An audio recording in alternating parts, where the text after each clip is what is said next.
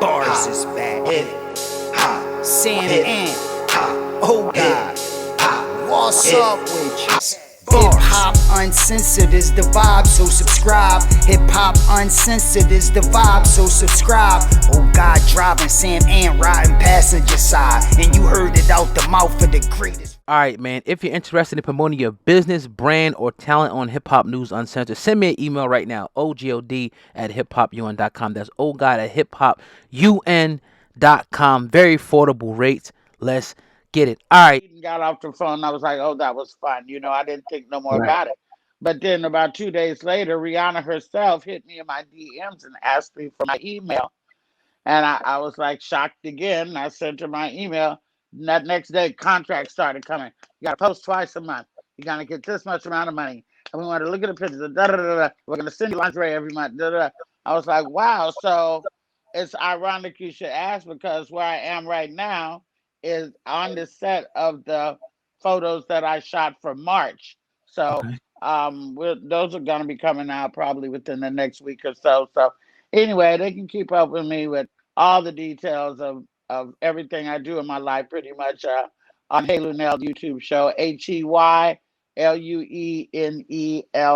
And they can follow me on Instagram at Luenell, Luenell as well. Even though it's on the screen, you'd be surprised at the motherfuckers that still fuck it up when they write my name and talk to me. Folks can't spell, man. You know that.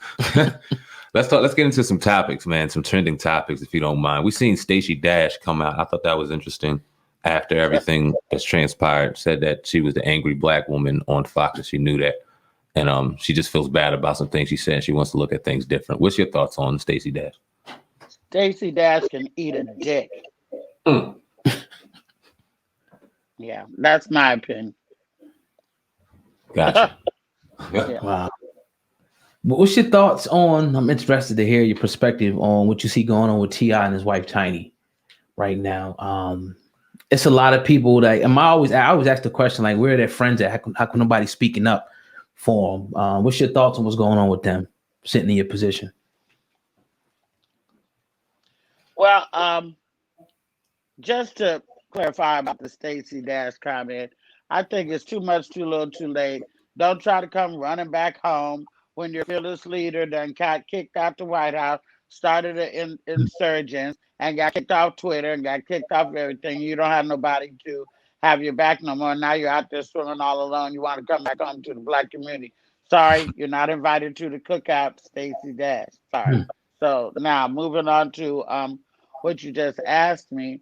Wait a minute. What was that? Fuck you just asked? T.I. and Tiny, their situation. Oh, yeah. You know, I know them personally on a very superficial level. You know, I've done Expeditiously, his podcast, and I've been around them, you know, at various award shows, and we've kicked it and stuff like that. Now, you know, the word on the curb for a long time has been that they like to freak. Okay, so that's all good. I grew up in that whole era, you know, of all that freaking and stuff. But the problem comes when they say about people being forced. They were forced to take drugs. They were forced to, you know, have sex with each other. And I know that if you get up in a big old mansion or something like that, and you don't know where you are, and you don't know which way to run and leave, or whatever like that, you can feel discombobulated, confused. I personally have to wait and see how the chips fall. I do not want to think that they did anything with anybody that they didn't have any awareness of going in. You know what I'm saying? I like to think that everybody was grown and maybe this is sour grapes and people are getting together trying to get a bag, because I don't think that T.I. nor Tiny have to force anybody to do anything that they don't want to do. There's enough freaks in Atlanta, you know what I'm saying, that want to freak. So I don't know. We'll have to see how the evidence falls, you know. But it wouldn't be the first time that people lied and put somebody in jail. I just hope with all the kids they got that nothing like that happens to them. You know, maybe they should be a little bit more selective about the bitches they bring home, maybe. Right. Now, what do you think about the silence of the people that, was all beside T.I. when he was up, the celebrities, the activists, the people. Now, everybody's kind of sitting back, just kind of waiting as if they don't believe that it went down. Yeah, I think that's fucked up because I'm a writer. Like if you've been good to me, if I've been working for you, if I haven't seen any kind of evidence of what you're being accused of, I would speak up. I would have your back. You know what I'm saying? But I think that everybody pretty much knows that they freak a lot. And if they're not in the room there, maybe they don't know what to say. Maybe they don't know, maybe they just don't know what to say. But this also just goes to, back to shit that Nipsey talk about, keeping your circle tight and that everybody can't go because, it's all in the people that you have around you. Like I have family that would sniff out somebody who was around me that was up to no good. I have family that has my back. I have a discernment for people that I can see, I can see good people and users. And I'm proud to say that my circle is very tight.